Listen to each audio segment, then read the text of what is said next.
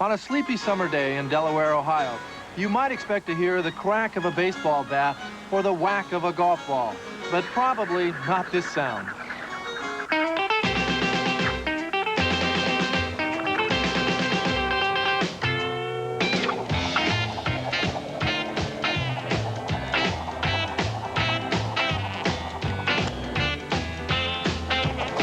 It's the most complex flying instrument in the world.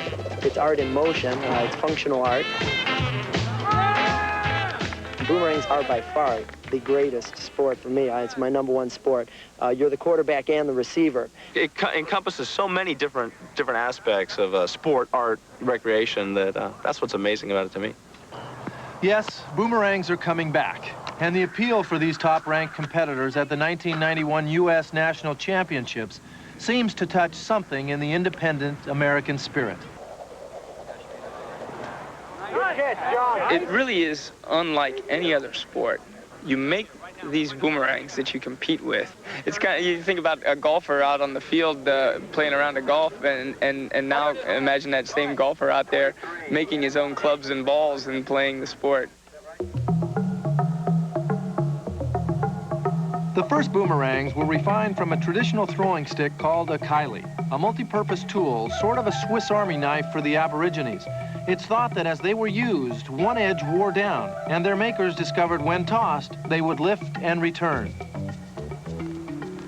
Despite its origin in Australia, boomerang throwing didn't become a sport until a group of American enthusiasts began writing rules in the early 1970s.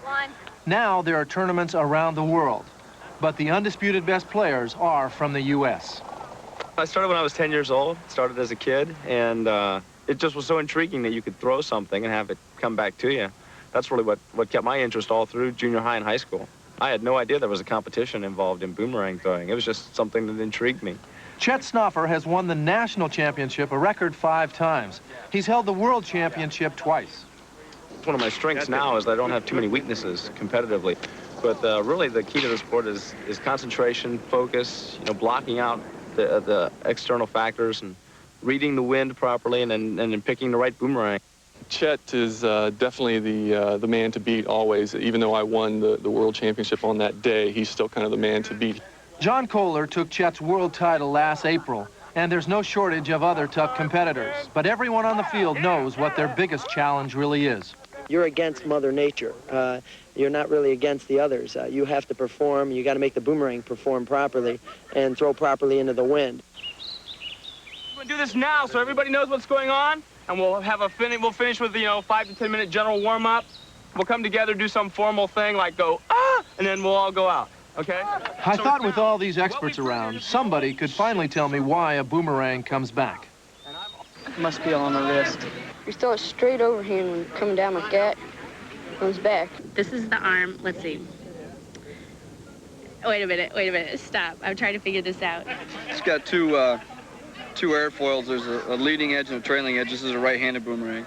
The way they're cut here and here and here, the way the wind hits it, like a wing on an airplane. En avançant et en tournant, on a plus de portance sur la partie haute du boomerang que sur la partie basse. Well, basically, I feel like there's a magical missile. Well, the rules of the competition are about as confusing. There are a total of 8 events over 2 days, each testing a different skill.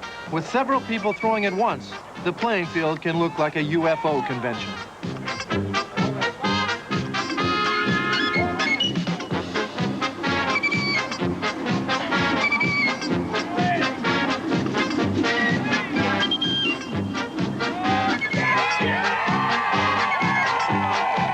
Points are tallied and awards go to the best in each event. Top honors go to the contestant with the most points overall.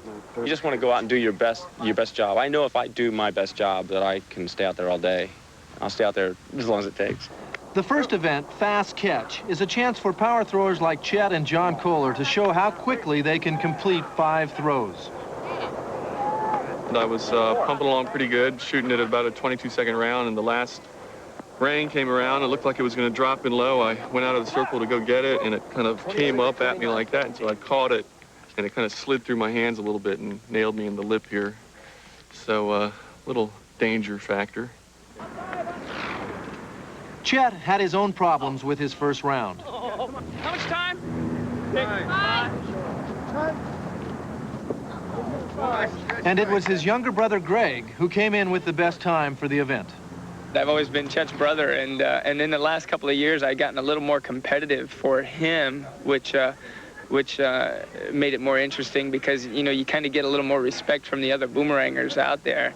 Really, my main emphasis wasn't on going to tournaments to win them. I always really did want to just go and be with the other boomerangers. The camaraderie of boomeranging is not like anything I've seen in sports before. Throughout the tournament, the contestants acted as timers, spotters, and cheerleaders for their fellow competitors. They even guide each other through tricky catches. Right behind you, back, right there. Oh, get it, baby, yes! Nice job, Lance. I started to chase Lance's boomerang. Thank you very much. By the beginning of the second day, Greg Snouffer opened up a healthy lead over the favored competition, but some of the toughest events were still to come. Greg's the one to catch at this point. He's the one who's out front. So the hope is, the desire is that he'll bomb, sorry, Greg, that he'll bomb in one of the events, at least one. It'd be really nice if he bombed in 2. What the hell, let's let him get bomb in all 3. In the juggling event, the throwers launched 2 boomerangs, one after the other. Throwing and catching alternately, they keep going until they drop one. Now, this is an event where boomerang design can be a key factor. People like to throw boomerang, they'll set up and give them time to get in position and throw the next one and be able to catch the first one. The nice thing about these jugglers, they're easy to catch. That's the nice thing. They have a small window, so they're easy to catch, and that's really the key. Chet throws a phenomenal juggling round, but it's not enough to catch his brother. Now, these guys make it look easy, but as John Kohler can tell you, one puff of wind at the wrong time can put you in a world of hurt. That spill effectively took the world champion out of serious contention for the tournament. The real action is Chet and Greg. That's going to be the action, man. 41, 40, 39. Maximum time aloft is an event that explains itself. But every once in a while, one of these long-distance boomerangs decides to keep on going, and going, and going.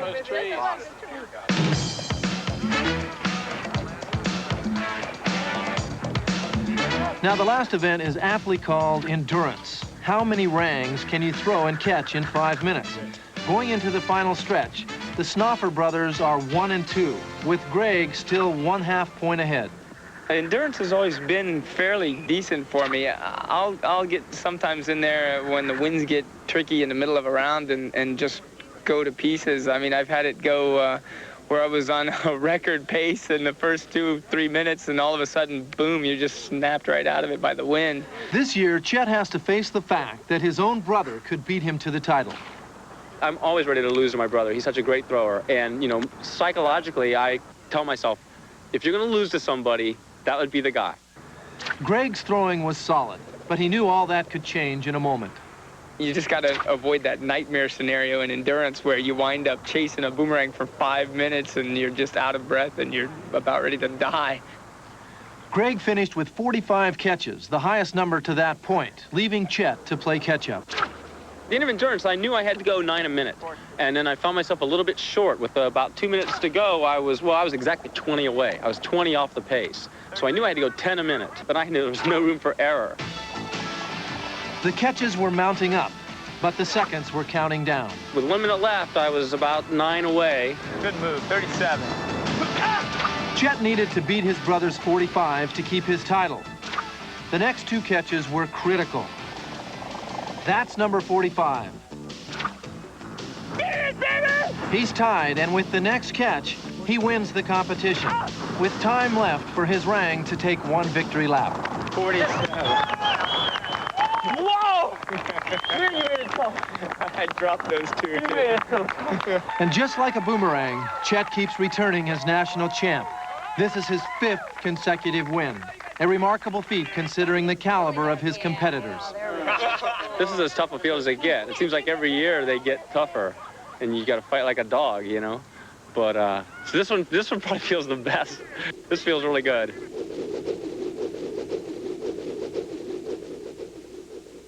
Next up, a competition that took a walk down a country road and turned into an amazing game. Stay tuned.